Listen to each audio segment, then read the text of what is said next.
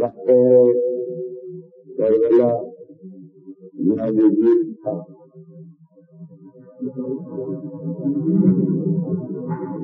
یہ موضوع کے الفاظ قرار دیے گئے.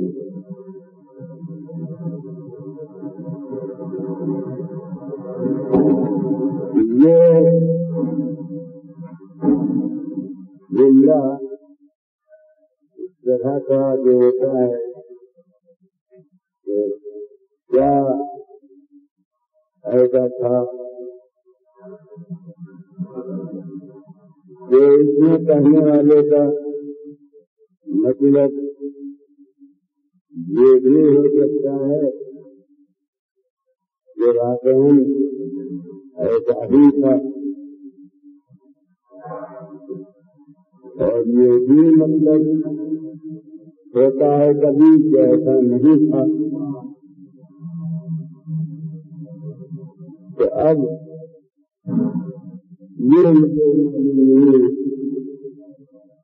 موضوع مقرر کرنے والے کے ذہن میں اس سوال کا کیا جواب ہے، اور اس استفہام کو میں اقراری سمجھوں یا انکاری.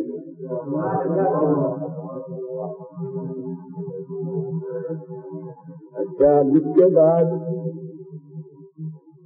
پھر واقعہ کربلا ناگزیر تھا. تو واقعہ کربلا کا کون سا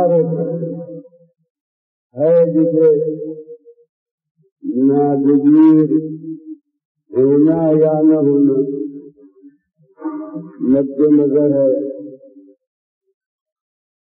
واقعہ کربلا کا ایک رخ ادھر سے متعلق ہے، یعنی وہ دین کی طاقتیں جو واقعہ کربلا کی ذمہ دار ہیں، ان دین کی طاقتوں کے لیے واقعہ کربلا ناگزیر تھا.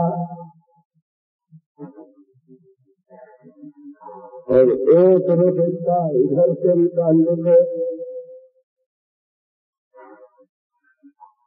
کہ ان جماعتوں کے اقدام ظلم کے بعد اب حضرت امام حسین علیہ السلام کے لیے یہی موقف ناگزیر تھا، جس کے نتیجے میں واقعہ کربلا ظہور نہیں آیا. یہ ناگزیری ادھر سے متعلق ہے یا یہ ناگزیری ادھر سے متعلق ہے؟ اسے جب تک کہ مصنف موضوع مجھے خود نہ بتائے اس وقت تک مجھے سمجھنے کا کوئی ذریعہ نہیں ہے. اس کے بعد اس طرف والوں کے لیے یعنی ظالمین کے لیے یہ واقعہ کربلا ناگزیر تھا. اس کے بھی دو پہلو ہیں. ایک پہلو ہے علم کلام کے متعلق،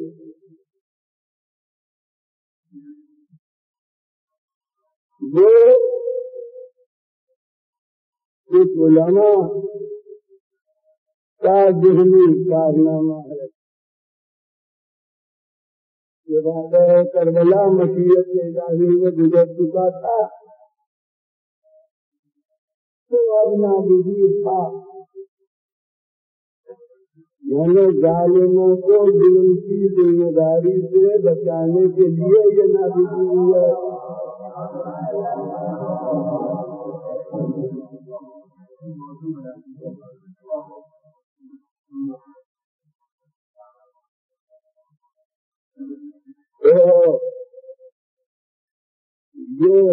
پہلو ہے، اور دوسرا پہلو تاریخ کے طالب علم کے لیے ہے۔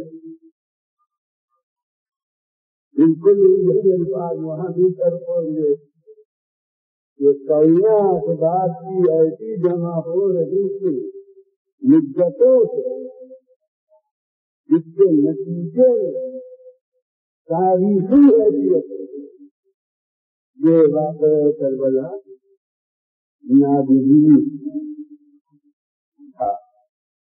اب ایک جو رخ چاہے جو ادھر کے لیے نابینا تھا یا ادھر کے لیے نابینا تھا، لیکن یہ تاریخی حیثیت یہ نابینا ہے۔ تو اب میں کیا سمجھوں، اب ہمارے ایک دوست محترم نے ایک پہلو کو ترجیح دے دی ہے، یہی پہلو زیادہ اس کا مستحق معلوم ہوتا ہے کہ اس کا بیان ہو۔ لیکن اب جب میں نے یہ ایک فہرست پوری آپ کو سنا دی ہے اس موضوع کے وشے کی، تو تھوڑا تھوڑا تو ہر رخ سے نکالنے آپ کے سامنے عرض کرنا ہی ہوگا۔ اس ذیل میں وہ پوچھا جائے گی کہ جسے آپ نے فرمایا کہ یہ نہایت مناسب ہے، یہ نہایت ضروری ہے، کہ وہ نہایت مناسب جو ہے وہ مجموعے سے ہر فرد کے سچے ذہنی کے مطابق ہو، یہ بڑی مشکل بات ہے، کیونکہ اس کا تعلق ہے مسئلہ قضاء و قدر، اور مسئلہ قضاء و قدر اتنے پیچیدہ مسائل میں سے ہے کہ علماء بھی لرزتے ہیں اس مسئلے پر غور کرنے سے کیا جائے کہ میں یہ تو نہیں کہوں گا کہ عوام کے مجمع میں، اس لیے کہ میں دیکھ رہا ہوں کہ جو افراد ہیں وہ عرف عام کے لحاظ سے عوام نہیں سمجھے جا سکتے، بلکہ وہ تمام در تقریباً خواص افراد ہیں۔ ایسے افراد ایک بڑے سے بڑے مجمع میں اگر 50 بھی ہوں تو بہت ہو جائے تو تقریباً پورا مجمع اتنی معیار کا ہو، مگر علمی یہ بات ہے کہ ہر ایک ان میں سے عالم علم و کلام ہونے کا یقیناً دعوے دار ہے۔ تو یہ بہت پیچیدہ مسئلہ ہے، لیکن یہ بہرحال مجھے جب میں نے فہرست کے مضامین میں اسے داخل کیا ہے تو اس مشکل کو کسی نہ کسی طرح سے مجھے بقدر امکان حل تو کرنا ہی پڑے گا۔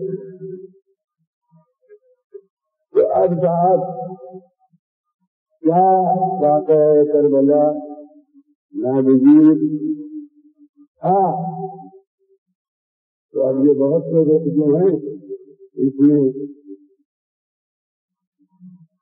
کچھ میں یہ جواب صحیح ہوگا کہ ناگزیر تھا، اور کچھ میں یہ جواب صحیح ہوگا کہ ناگزیر نہیں تھا۔ واقعہ کربلا کا وہ رخ جو ادھر ہے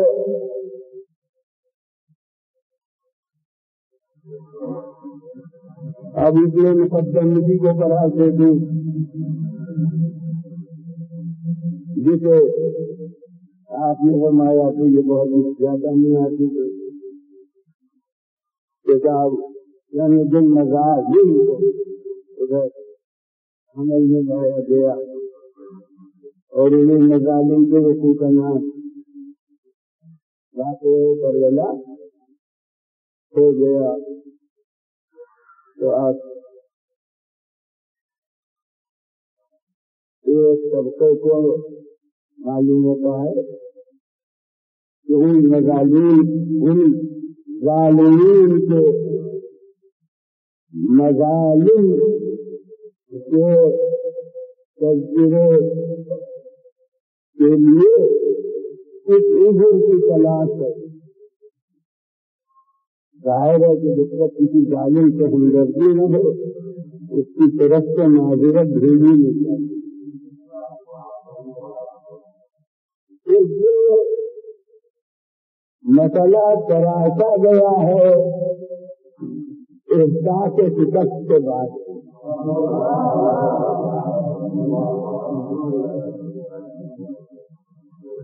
جب تک تو وفا کا نشہ رہا اس وقت تک تو اپنا کارنامہ قرار دیا جاتا رہا اور اگر اپنا کارنامہ قرار نہ دیا جاتا ہوتا تو نظر نصر میں اس پر فخر کیوں کیا جاتا. جب تک کہ فتح کا اپنی تصور رہا تب تک لیڈنگ آپس میں تب تک بازاروں کی آئینہ بندی کرائی گئی اظہار مسرت میں اور اس وقت تک اپنے فخر کے مقام پر اس کارنامے کو گیا پیش کیا گیا. اتنے دن چاہے وہ وقت کتنا ہی مختصر ہو جتنے دن تصور پتا رہا اس وقت تک وہ اپنا کارنامہ سمجھا جاتا رہا. جس وقت سے احساس شکست شروع ہوا اس وقت سے ذمہ داری کسی اور کے ساتھ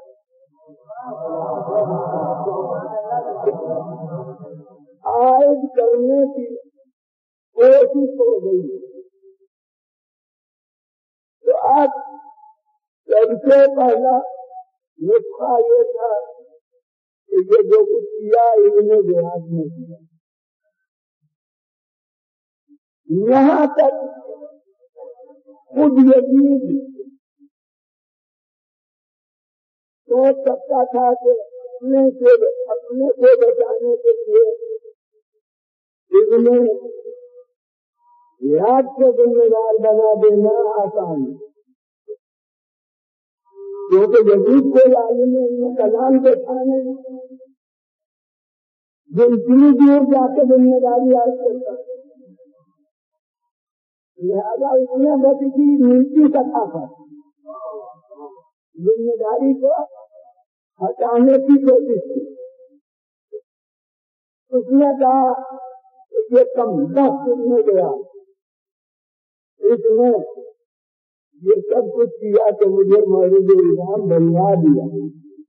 مسلمانوں نے معلوم ہوتا ہے کہ یہ ذمہ داری اس وقت سے آئے کی وہی ہے جب سے کہ اپنی بدنامی کا احساس کیا. مجھے ہر مسلمان کے لیے مورد نفرت بنا دیا. سب کچھ وزیر کہہ رہا ہے اپنے کارنامے کے مطابق میرے کارنامے سے یہ ہوا کہ کیونکہ یہ ہوا لہذا اب میرا کارنامہ نہیں. اگر یہ کل نہ ہوتا تو میرا ہی کارنامہ لیکن اب بھی کہ اس سے نفرت پیدا ہو رہی ہے مجھ سے. اب بھی کہ اس سے رائے ہم مسلمانوں کے مجھ سے منحرف ہو رہی ہے لہذا اب میرا کارنامہ نہیں ہے یہ کم وقت ابن جہاد کا کارنامہ ہے. اور یہاں آ کر وہ کل کر یہاں تک کہنے کے لیے تیار ہو گیا کہ لعن اللہ ابن مرجانہ اللہ لعنت کرے ابن مرجانہ سے. یعنی وہ اب آج اس زبان میں بات کرنے لگا انہیں مردانہ پر اللہ لعنت کرے تو انہیں حسین کو قتل کر کے یہ بے خلقوں بدنام کرا دیا. ان کے ساتھ کے پہلے کسی موقع پر کر چکا ہوں طالب رشتہ ہو اور اس کے پہلے ہو کہ میں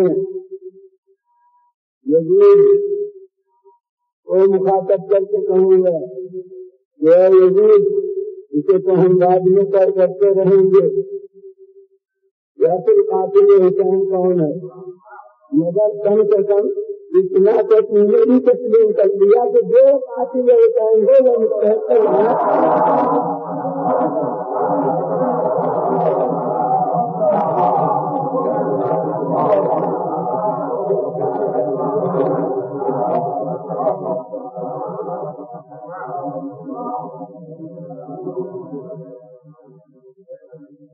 صاحب. اور یاد رکھیے کہ نظری چیز اصولن کو سمجھنے سمجھانے کے لیے وہ یہی ہے کہ کوئی مستحق کو لعنت ہے, اس کے بعد لعنت کرنا کسی پر فرض نہیں ہوتا. کوئی مستحق کو لعنت بھی ہے شیطان پر حضرت کو طریقہ دے دیے کہ لعنت کیا کرے تو یہ ثابت ہو گیا کہ جو قاتل حسین اب دیکھیے وہ مستحق لعنت ہوتا ہے, اسے یزید کی زبان نمایاں کر دیا. اس کے بعد اب علماء کی باری آئی. یہ تو بادشاہ نے خود ہی اپنی سیاسی نگاہ سے گاؤں چلا تھا, مگر دیکھا کہ اس سے بھی کام نہیں چلا. یعنی دنیا میں بھی ہمارے کوئی کام بنا رہی ہے اور جو انہیں جہاد پر میں نے ذمہ داری عائد کرنا چاہیے ہے وہ بات دنیا کی حلق سے نہیں اتر رہی ہے. اس لیے جب واقعات اس کے خلاف اگر ادویات کو ذمہ داری عائد کی جا رہی ہے تو سمبھ ذمہ نہیں کیا. اگر ادویات پر ذمہ داری اس وقت عائد ہو سکتی ہے کہ جب بات کربلا سے ختم ہو جاتی یا زیادہ سے زیادہ کربلا کے پیچھے تک چلتی, لیکن پیچھے میں تو انہیں جہاز میں چل رہے اپنی نظام حضرت السلام کو حیران رکھا اور ہدایت طلب کی کہ اب ان کے لیے کیا حکم ہوتا ہے. تو اگر جو کچھ کیا تھا وہ انہیں کم وقت میں کیا تھا اور یہ کم وقت میں بھی کے لگے پہلے میں جو اس کی بنا پر آسان ترین لفظ کہہ رہا ہوں, بہت ہلکے لفظ کہہ رہا ہوں. تو اگر یہ انہیں جہاد میں کیا تھا تو اب جب یہاں سے ہدایت ماری گئی تو جواب میں کیا ہونا چاہیے تھا کہ اب تک جو کیا تم نے بہت برا کیا, اب تک جو کیا بہت برا کیا. لیکن اب ان قسم گزارنے پہچان کے عزت اور احترام کے ساتھ مدینے بھجوا دے.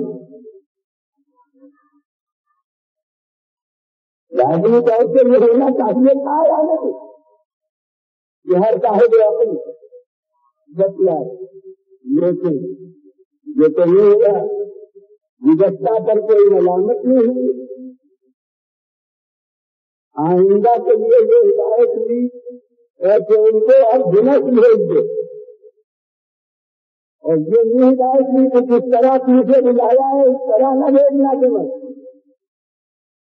کہ جس صورت سے وہ پوچھے آئے ہیں اسی پوچھے سے اسی انداز سے اب انہیں دمت دیکھنا تو پوچھے تک اگر باقی میں جو آپ کی ذمہ داری ہوتی تھی تو جو پوچھے سے شام تک کا سفر جو تھا اب اس کے بعد اہل حرم کی ظالمین کے نقطۂ نگاہ کے مطابق جو توہین ہو رہی تھی، جو تجمیل ہو رہی تھی، بقص کے تجمیل جو عمل ہو رہے تھے، اس سب سے ذمہ داری لیے جو آپ بچے کر آئے تھے دربار یزید میں ابھی مجھے آپ کو نہیں بیٹھا ہے. اب اپنے دربار میں تو کچھ یزیدی ہے تو پھر یہ آخر بڑے حسین کشتے کھلانے دربار میں تخت کے نیچے کیوں رکھا ہے؟ اگر اس کو ناگواری تھی اس عمل سے ظلم سے جو ہوا تھا تو یہ اب اپنے دار سلطنت میں مظالم سے ہو رہے ہیں. یہ آخر اہل حرم نیچے میں اگر برقعوں چادر نہیں رکھتے تھے تو دمشق کے بازار میں مجمع عام سے کیوں لائے جا رہے ہیں؟ اور اب حسین کے والد سید سجاد کو جب پوچھا گیا ہے کہ آپ پر مظالم سب سے زیادہ کہاں پڑے تو انہوں نے پوچھے کا نام نہیں لیا ہے، 3 دفعہ کہا ہے الشام الشام الشام، سب سے زیادہ مظالم ہم پر شام میں. دنیا کیسا قبول کر سکتی تھی ان واقعات کے ہوتے تھے اور یہ سیاست کے وقت کی انتہائی غلطی تھی. وہی کتھا کے نشے میں نتائج کے بے خبر بنا دیا. اس لیے کہ آپ کو معلوم ہے کہ حکومتیں کس طرح واقعات کی امداد بچیا کرتی ہیں کہ اگر پوچھے سے یہ قافلہ واپس چلا جاتا ہے جہاز تو سلطنت دولت میں امداد سے جان کی جا سکتی تھی ایسی کہ ذمہ داری کو یزید سے ہٹا سکے.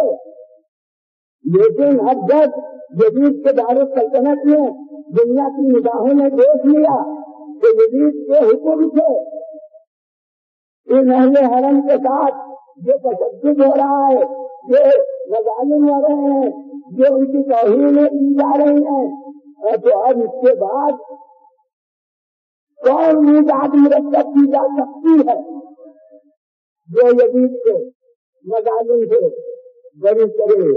اور وہ ان کی وراثت یہ ہے کہ دنیا کہتی رہی کہ سیاست نہیں جانتے تھے، انہوں نے کس طرح سیاست وقت سے شکست دی ہے.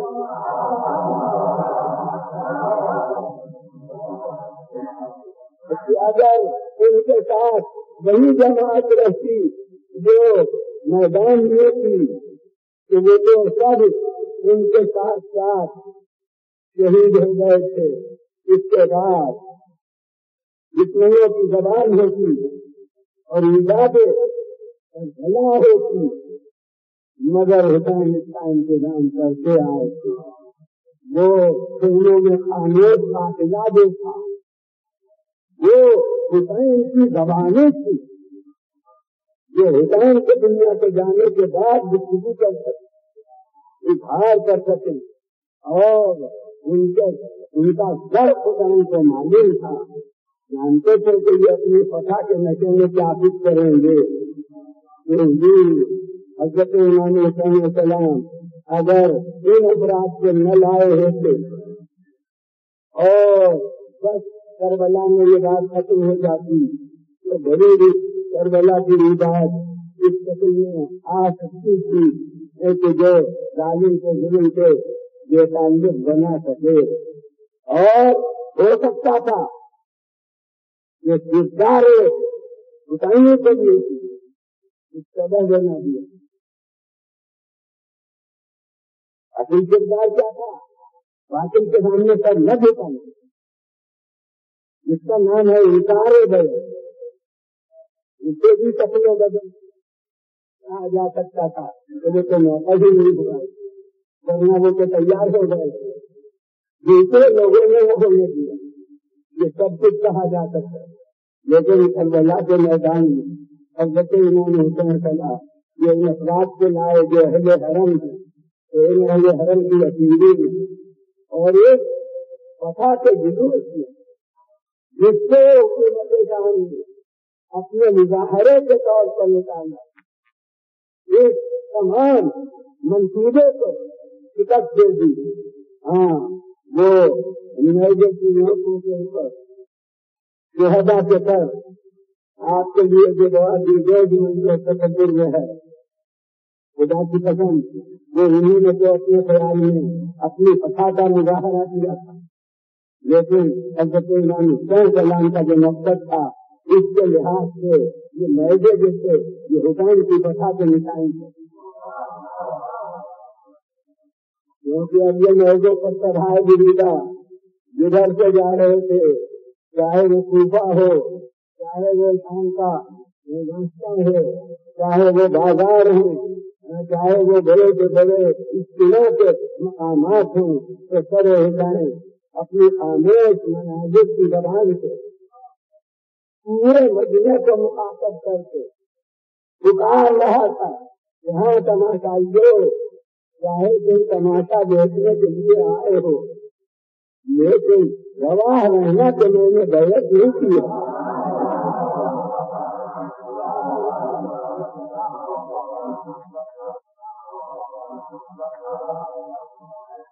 اگر بیعت کی ہوتی تو یہ میرا اور میرے ساتھ والوں کو تو کیوں اس طرح سے کھلایا جا رہا ہوتا اور یہ میرے ساتھ یہ اہل حرم کی عقیدی کیوں ہوتی اور یہ میرا بیمار فرزند اس عالم میں کیوں ہوتا اور کوئی زنجیر میں گرفتار کیوں ہوتا. معلوم ہوتا ہے کہ حکومت کے وقت میں خود اپنے خلاف پوری تجنگا کیا آج خود یہ سب پوری تجنگا کرنے کے بعد اب وہ کہہ رہا ہے یہ تو ابن زیاد نے کیا تو کون مجھے اب تسلیم کر سکتا تھا کون مجھے قابل قبول قرار دے سکتا تھا. اس لیے اب علماء سے خدمات حاصل کیے گئے کہ مجھے تو نہیں بن پڑا اب آپ کا کام اب علماء جس وقت میں جو اقتدار کے آلے کار بن جاتے ہیں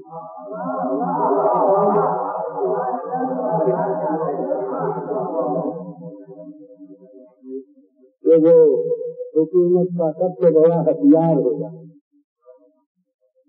وہ اب علماء نے اپنا کمال دکھلایا کہ ذمہ داری کو یزید سے ہٹا کر اتنی دور ہو گئے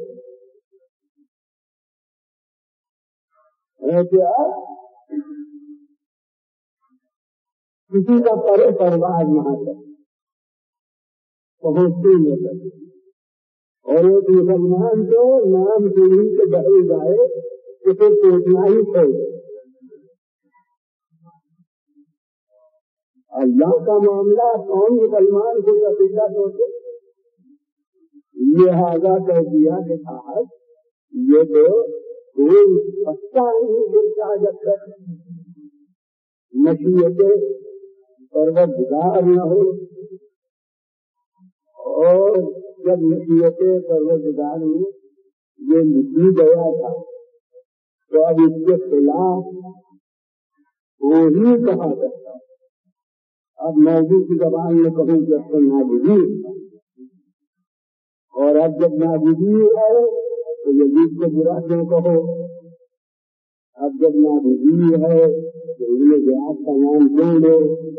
اب جب ناگزیر ہے تو اور نام کیوں لو.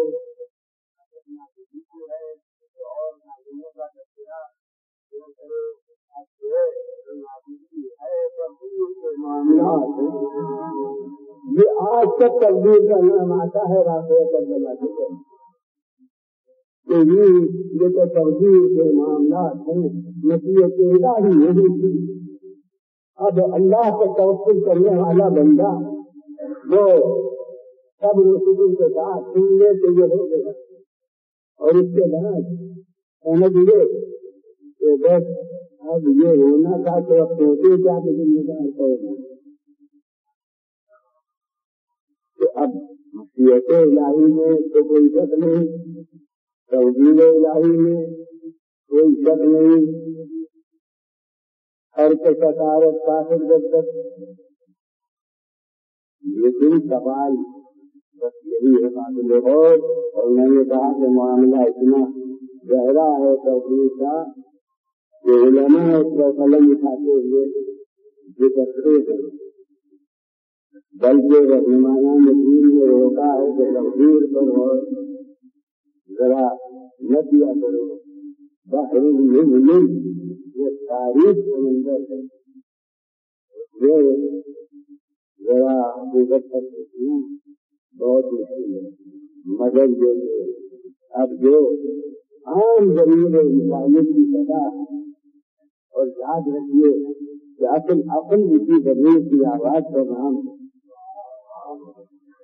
عقل رستے کی ملکیت کا نام نہیں، عقل اسی حادثہ اجتماعی اور ضمیر انسانی کا جو اغراض کے دے لو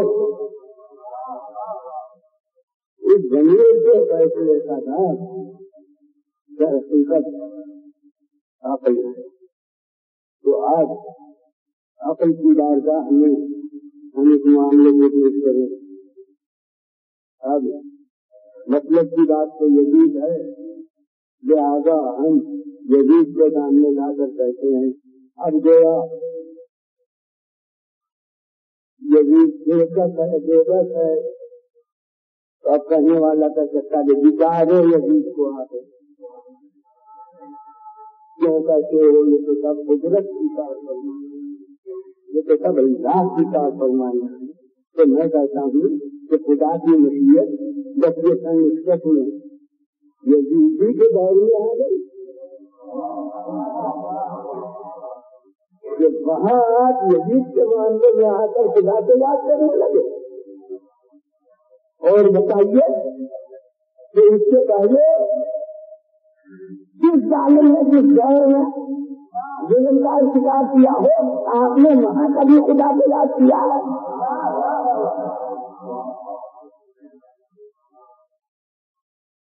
ارے اسی سلسلے کی سب سے پہلی پر 13 برس اس سے جس میں مبارک کر جن لوگوں نے پتھر مارے تو ابھی مسلمین کو برا نہ کریے گا۔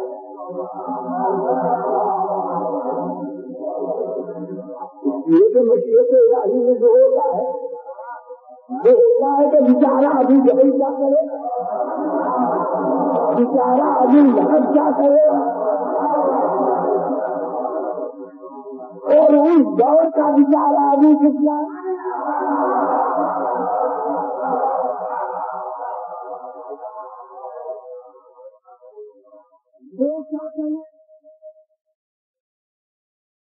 اور پھر خدا کی خدائی وہ کسی سبھی سے وابستہ نہیں ہے، نہ اس کی مشیت کسی دین سے وابستہ ہے۔ تو اب خبردار فرعون کا نام نہیں دے گا کہ اس نے مظالم کیے، کیونکہ مشیت الہی نے لکھا تھا کہ بنی اسرائیل کے اپنے بچے قتل ہو جائے۔ اب بھی جانا فرعون کیا کرتا،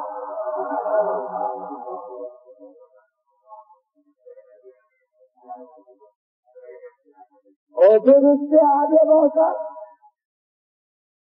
نمرود کا نام نہیں دے گا کہ اس نے خلیل حق کو آدمی دیکھا، وہ مشیت ہی نہیں تھا وہ آدمی نکالے جائے۔ یہ عجیب بات ہے کہ کسی کی مشیت اسی کی مشیت سے ٹکرائے۔ اگر اس کی مشیت میں آگ میں ڈالنا تھا تو پھر اس نے گلزار کیوں بنایا؟ مگر یہ کہ بنا اپنے غرض کی دھن میں نتائج پر غور کرنے کا موقع ہی کسے ہوتا ہے۔ تو بس یہ علماء قرآن جو یہاں مشیت کا حوالہ دے رہے ہیں، جب میں ان سب ناموں کو ان کے سامنے پیش کروں نمرود کے لوگ اور ابو جہلو ابو سفیان ابو لہب پر بس جہاں تک اتفاق ہے کیونکہ اختلافات میں رہتے ہیں.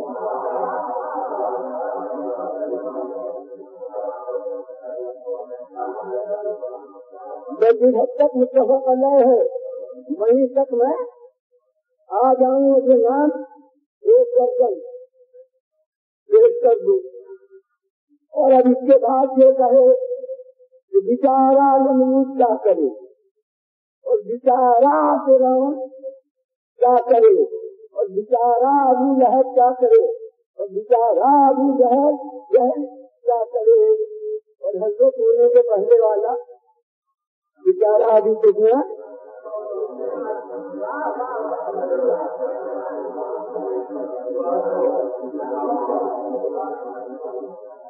کیا کرے. اگر یہ ہر منزل پر یہ بیچارہ کیا کرے شروع میں بیچارہ اور آخر میں کیا کرے شروع میں بیچارہ اور آخر میں کیا کرے. یہ یہی کہتا ہوا جگہ جائے تو مجھے اس سب سے بے حکمی کی شکایت ملے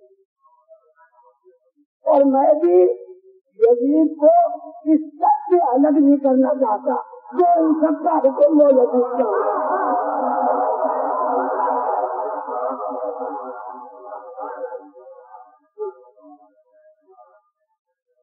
اگر وہ سب بے خطا ہیں بر بنا مسیح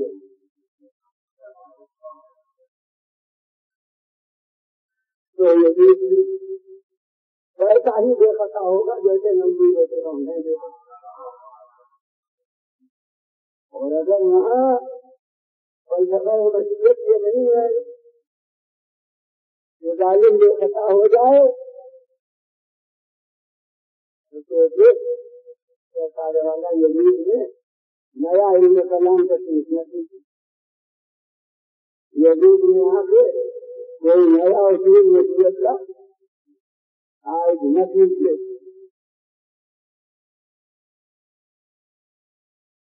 اب سوچتا ہے کہ کیا مسیحیت کا تصور غلط ہے لیکن مسیحیت کا تصور غلط نہیں. مگر سوال یہ ہے کہ مسیحیت انسان کو پابند بنا دیتی ہے مجبور بنا دیتی ہے جب اس پر کوئی ذمہ داری عائد نہ رہے یا یہ کہ ذمہ دار ہوتے ہوئے اس کا عمل داخل مسیحیت ہوتا ہے. یعنی مسیحیت خدا نے یہ گزرا ہے کہ یہ اپنے اختیار سے جو ظلم کرے گا تو اب خلاف مسیحیت نہیں ہو سکتا. اس کے معنی یہ ہے کہ یہ بے خطا قرار نہیں پا سکتا کیونکہ مسیحیت کے الہی یہی ہے کہ جو ظالم اپنے اختیار سے یہ ظلم کرے گا لہٰذا اس کا اختیار بھی ظلم نہیں ہے. وہ ظلم سے غریب نہیں ہو سکتا. تو یہ نتیجہ کیا ہوگا اس مسیحیت کے معنی ظلم سے ہوگا.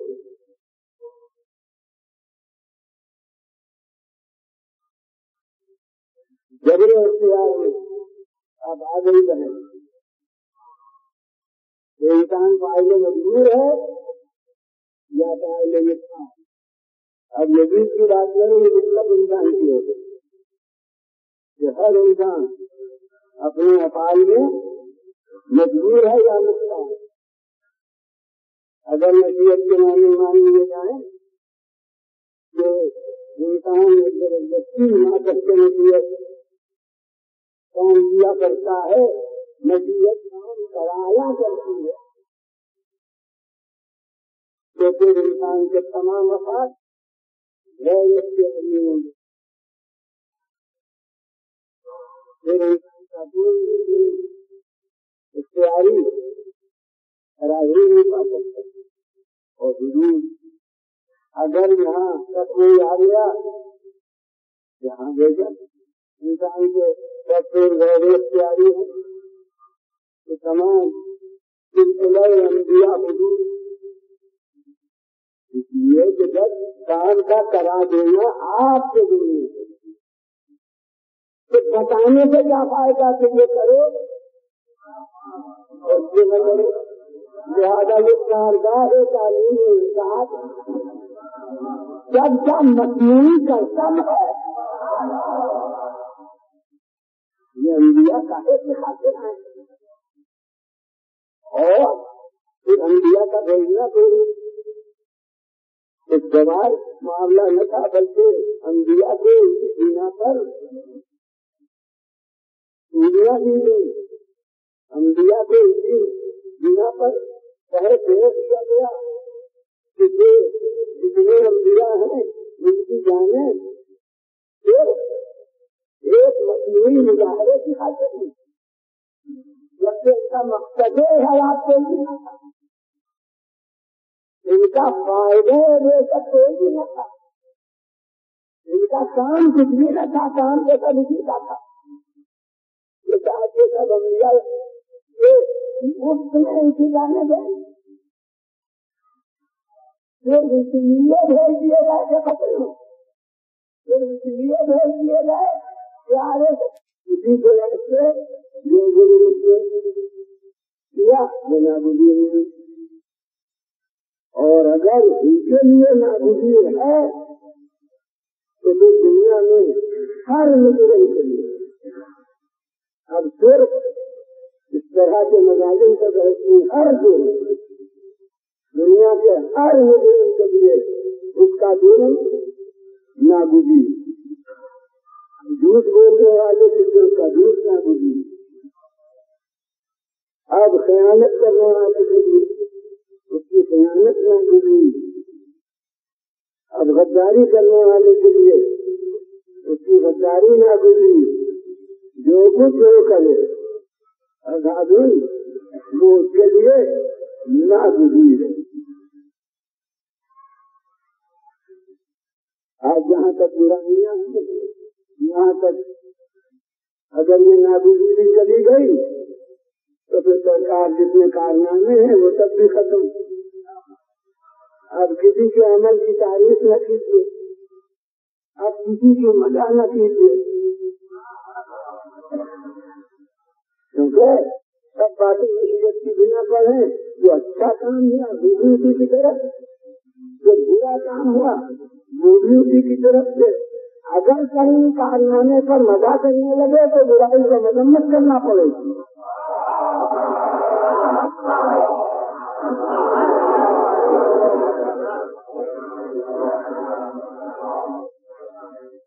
اگر کہیں کامیابی کا چہرہ اپنے سر باندھنے لگے تو ناکامی کی ذمہ داری کی طرف عائد کرنا پڑے. یہ جب دام و دوہرا نہیں آتا, یہ نہیں ہو سکتا کہ آپ مشیت کو لیجیے اور تو کچھ افعال کی ذمہ داری اپنے سر لیجیے اور کچھ افعال کی ذمہ داری اس کے سر ڈال دیجیے. ایسا نہیں تھا کہنا چاہیے. یہ بات نہیں.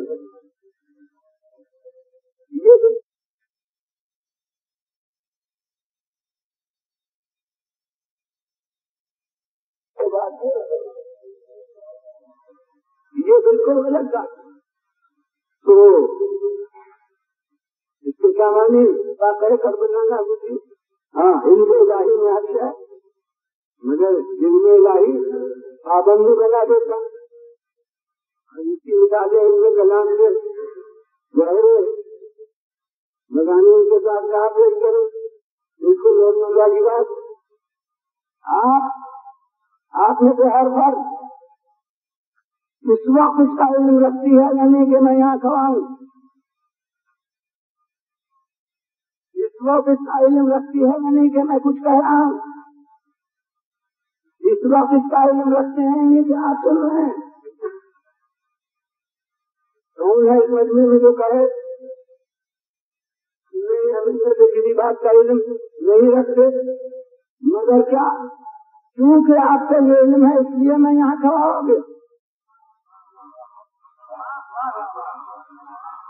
کیونکہ آپ کو یہ علم ہے اس لیے میں یہ بولنے لگا. کیونکہ آپ کو یہ علم ہے اس لیے آپ بولنے لگے. یہ نہیں, اس اس لیے کہ آپ کو علم ہے میں بولنے نہیں لگا، کیونکہ واقعہ یہ ہے کہ میں کھڑا ہوں اس لیے آپ کو علم ہے، کیونکہ واقعہ یہ ہے کہ میں کچھ کہہ رہا ہوں اس لیے آپ کو علم ہے کیا میں کہہ رہا ہوں۔ معلوم ہوتا ہے کہ علم پر بنا واقعہ ہوتا ہے، واقعہ پر بنا علم نہیں ہے۔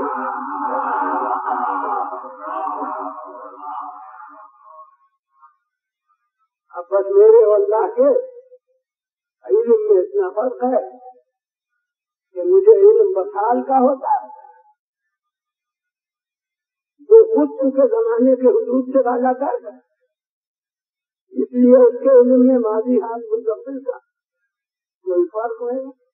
اگر ان کے علم میں میرا علم آپ کو پابند بنا دیتا تو اللہ کے علم سے معلوم سے ہے آپ کے اوپر پابند ہے۔ ویسے میں اس مجمع کو یہاں سے وہاں تک دیکھ رہا ہوں تو جو جہاں بیٹھا ہے اسے بیک وقت یہاں سے دیکھ رہا ہوں، اپنی جگہ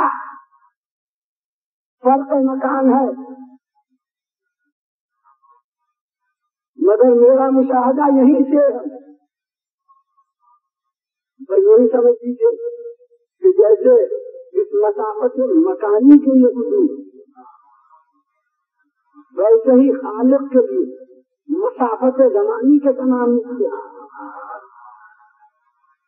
جس طرح جہاں بیٹھا ہے اس کو میں یہاں بھی دیکھ رہا ہوں، اسے جس وقت سے بات ہو رہی ہے وہ ازل سے دیکھ رہا ہے، مگر میرے دیکھنے سے آپ بیٹھ جائیں نہ اس کے علم سے آپ عمل کرتے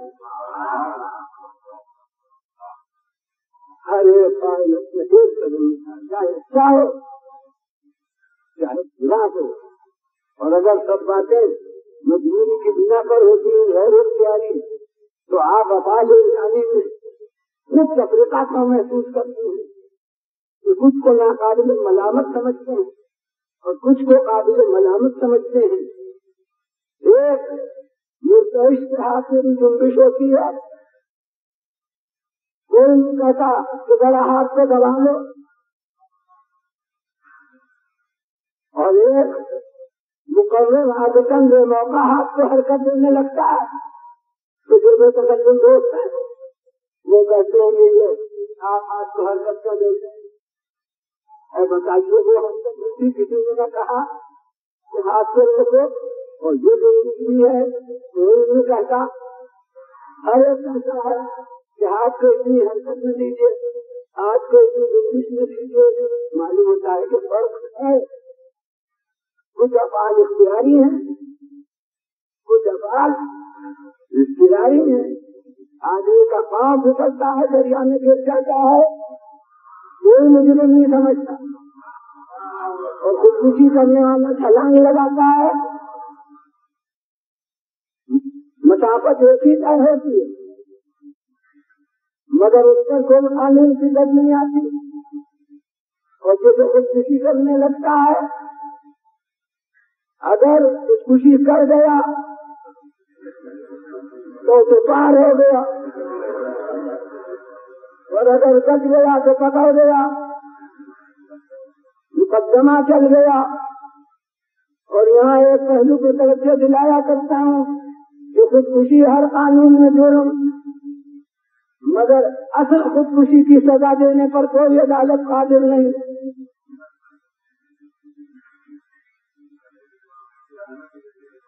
اصل خودکشی کی سزا دینے پر کوئی عدالت پر قادر نہیں۔ دریا میں پھاندا اگر مر گیا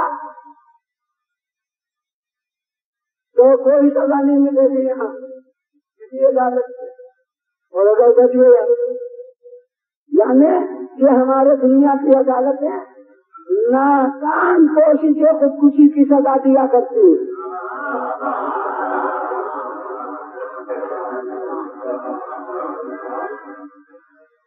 ذرا انصاف کیجیے، جس شے کا اقدام قابل سزا ہو اصل وہ عمل قابل سزا نہ ہو، مگر بات یہ ہے کہ خودکشی وہ جرم ہے کہ اگر اس جرم میں وہ کامیاب ہو گیا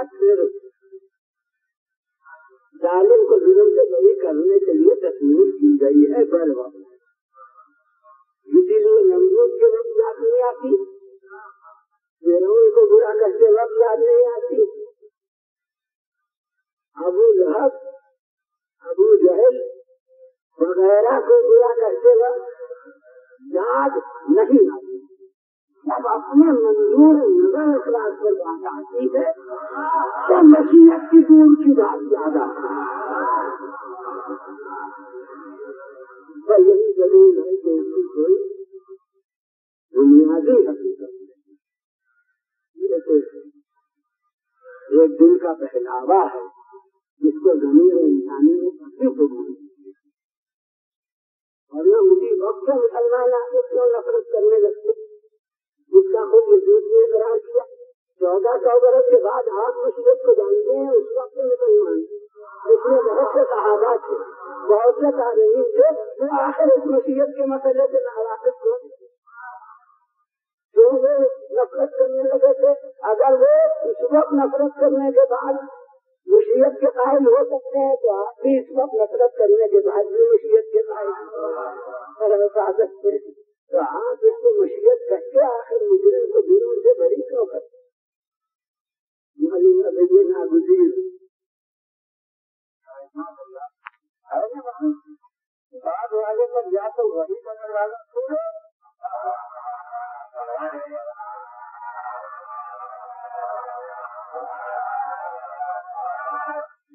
یا تو کہیے کہ وہی کرنے والا کھلا رہے اور وہی آتی رہے, سب میں کوئی ضرورت نہیں ہے اس پر سے پیمانہ ڈالنے.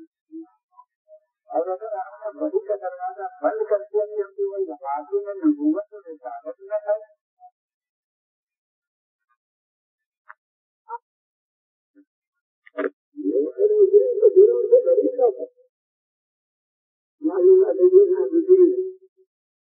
ہونا یہ بس ایک نو تکلیف بات ہے جو یزید کے لیے ایجاد ہوئی ہے, لیکن جسے ضمیر انسانی نے قبول نہیں کیا.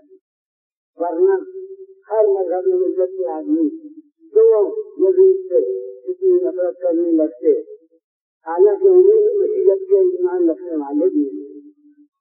جو بقول ایک مقبول شاعر سے کہ لفظ یزید داخل دشنام ہے, آخر یہ لفظ یزید کیوں داخل دشنام ہوا ہے؟ اگر مشیت کی بنا پر یزید کے لیے یہ عمل ناگزیر ہو گیا تھا. یہ تو اس معنی سے ناگزیر. اس کے بعد اب میں نے عرض کیا کہ تاریخی اسباب علل کی بنا پر ناگزیر تو اس کا جواب نہیں. میرے نزدیک نفی ہو جائے. ناگزیر اس معنی سے ضروری ہے جس جو درمیان کی کوئی اختیارن عمل میں ملائی جاتی واقعہ کربلا نہ ہوتا. اب بڑی اختلافی نقطوں سے بات نہ شروع, بس غیر اختلافی نقطوں سے بات شروع کروں گا کہ اگر سخت دمک پر جدید آتا ہی نہ تو واقعہ کربلا نہ ہوتا. جدید سخت دمک پر ارادتاً لایا گیا تو واقعہ کربلا ناگزیر اپنے اختیار سے ناگزیر نہیں تھا. جدید سخت سلطنت پر آیا اور حدائل سے تعلیم و بیعت نہ ہوتا تو واقعہ کربلا ناگزیر نہ ہوتا.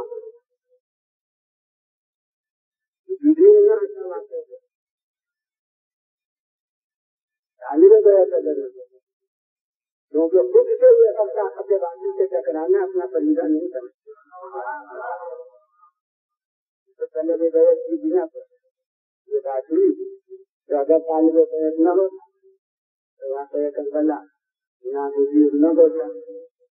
اس کے بعد طالب بیعت ہوا بھی تو ان کے انکار پر خاموش ہو جاتا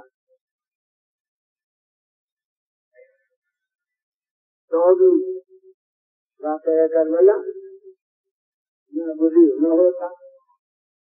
اور یہی صبح کی مسجد میں میں کر چکا کہ دنیا یہ سوال پیش کرتی ہے کہ آپ نے بہت اتنا انکار کیوں تھا. اس پر سانی غور کرتی کہ یزید کو اتنا اعتراض کیا تھا. وہ قہار حکمران سلطنت جس کے زیر نبی پورا عالم اسلام ہو. ایک عابد شمشیر لگا اس کی حکومت کو نہ دے مارے تو حکومت کا کیا ہوتا ہے. وہ تو کیا کر دیتی کہ پوری سلطنت کی طاقت طرف ہو جائے اس ایک سے بغیر حاصل کرنے. مگر یہ بھی جانتا تھا کہ حسین فقط حسین نہیں ہے. یہ شریعت اسلام کے منافق اور میرے افعال کلم کلم شریعت اسلام سے بغاوت ہے. تو یہ ابھی جیسے نتیج صحیح لیکن جب تک یہ مجھ سے الگ ہے جب تک میری اطاعت کا اقرار نہیں کر رہے ہیں تب تک محاذ حکومت کے خلاف ایک محاذ شریعت موجود ہے.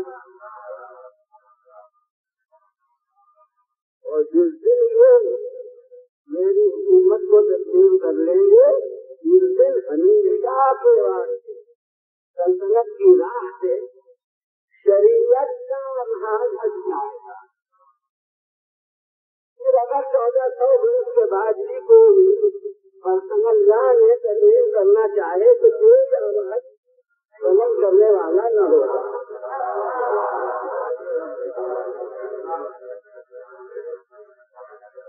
تو ہمیشہ کے واسطے حکومت کی راہ سے یہ رکاوٹ شریعت ختم ہو جائے گی. تو اس کے لیے پوری طاقت طرف ہو رہی تھی کیونکہ آج کا مسئلہ نہیں ہے.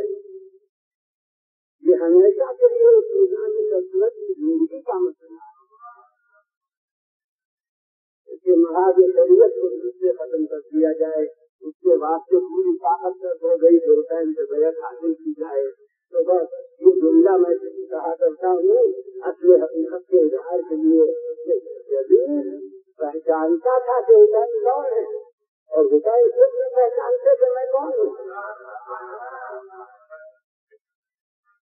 تو اگر اصرار اس لیے کر رہا تھا تو ان کو اصرار کیا انکار کیا کہ میرا ذات کا معاملہ نہیں. یہ تو میں جس نظام کا نمائندہ اس کی بات ہے. اگر آج میرے بڑے بھائی ہوتے تو مجھ سے کچھ نہ کہا جاتا. جو کچھ جھگڑا تھا وہ ان سے کیا جاتا. اور اگر میرے بزرگان ہوتے تو جو کچھ کہنا تھا وہ ان سے کہا جاتا. جو کچھ تصادم تھا وہ ان سے کیا جاتا. اور اگر میرے بزرگان پیغمبر خدا صلی اللہ علیہ وسلم موجود ہوتے تو جو کچھ غلط جواب حکومت کی مانگنا ہوتی وہ ان سے مانگی جاتی مجھ سے نہ مانگی جاتی. مگر کیونکہ میرے بڑے بھائی نہیں ہیں کیونکہ میرے باپ نہیں ہیں کیونکہ میرے نانا نہیں ہے میں ہوں اس لیے مجھے اقرار ہے طلب بیعت پر. تو میرا بیعت کر لینا ایسا ہے جیسا میرے بڑے بھائی ہوتے ہو وہ مانتے. میرا بیعت کر لینا ایسا ہے جیسا میرے باپ ہوتے ہو وہ تسلیم کر لیتے. میرا بیعت کر لینا ایسا ہے جیسا میرے نانا ہوتے وہ بھی اقرار کر لیتے. اب حسین کے لیے ذمہ داری اپنی شخصیت کی نہیں رہی بلکہ اب ان پر ذمہ داری میرے سلسلے کے وقار کی.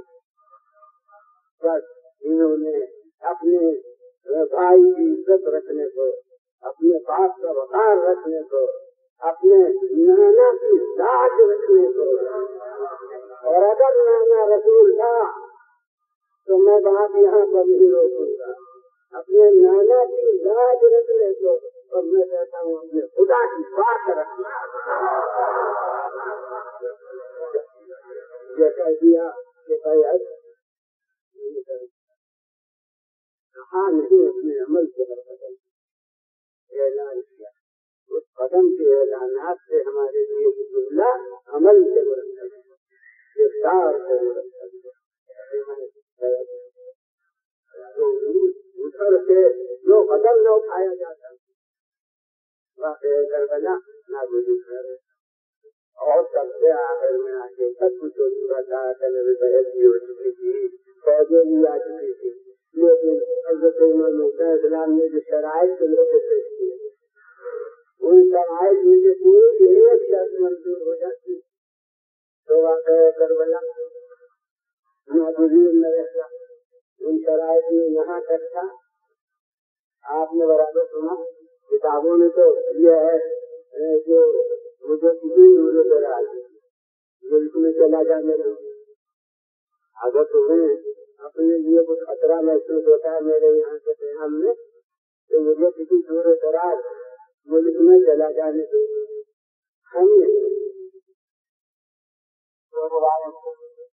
سونا بسینا ہندوستان میں ہوتی ہے اور برابر اس کا تذکرہ ہوتا رہا ہے. تو یہ ہے کہ مولا نے کہا تھا کہ مجھے ہندوستان، اور میں کہتا ہوں کہ حسین سے ہندوستان نہ سکے مگر حسین کی یاد نہیں، اور بخدا ہندوستان میں جس طرح حسین کی جہاز کا خیر میرا دل کہتا ہے کہ یہ جملہ کہاں ہو. مگر اس میں ایک بڑا درد ہے ہم ہندوستانیوں کے لیے. حسین نے اگر یہ فرمایا تھا کہ مجھے ہندوستان چلا جانے دو تو یاد رکھیے کہ ہماری بڑی ذمہ داری ہو جاتی ہے. اس سے معنی یہ ہے کہ ہندوستان میں کبھی ایسا امن تھا کہ جسے عرب میں پناہ نہیں تھی.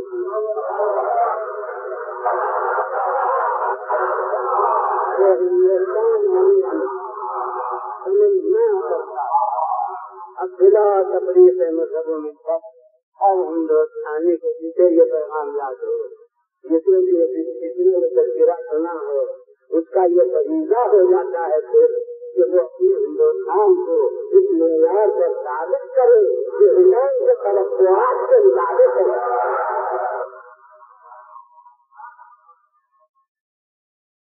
اگر یہ شرطیں ان شرطوں میں سے کوئی ایک منظور ہو جاتی تو پھر واقعہ کربلا کیوں ہوتا؟ پھر نہ ہوتا. معلوم ہوتا ہے کہ واقعہ کربلا پسند نہ گزیر ہوتا. ہر قدم اس کا اختیاری طور پر اٹھایا گیا. یہ تو ادھر کی بات ہو گئی جس میں اتنا وقت ہو گئے، اور اب ادھر کی بات حضرت السلام واقعہ کربلا نہ گزیر. اب واقعہ کربلا کے معنی ہے ان کا موقع دے ہوگا دلی کے واسطے نہ گزیر تھا. تو میں کہتا ہوں کہ تاریخی اسباب سے اگر ادھر کے زمانات نہ گزیر نہیں تھے تو اس کا بھی یہ عمل نہ گزیر نہ تھا. تو لوگ آخری کڑی جو شرط اگر منظور ہو جاتی تو ان کا موقع سے عمل یہ نہ ہوتا جاؤ. بلکہ کچھ سوچ کیا تھا کہ میں کہیں چلا جاؤں یقیناً اگر یہ طے ہو جاتا تو آپ کر کے وطن کرنا دیتے، ملک کو چھوڑ دیتے، دور دراز چلے جاتے، یہاں ویسا سن رہے ہیں ہمارے ہندوستان میں آ جاتے تو سرکار والا کوئی بات ہے کربلا کہاں ہوتا. تو پھر بھی مجبوری حیثیت سے نہ گزیر ہوئی. اب ایک اور معنی نہ گزیر ہونے کے لیے تو یہ سب ہونے کے بعد سب سے شان پر ایسا شوق آیا ہے اور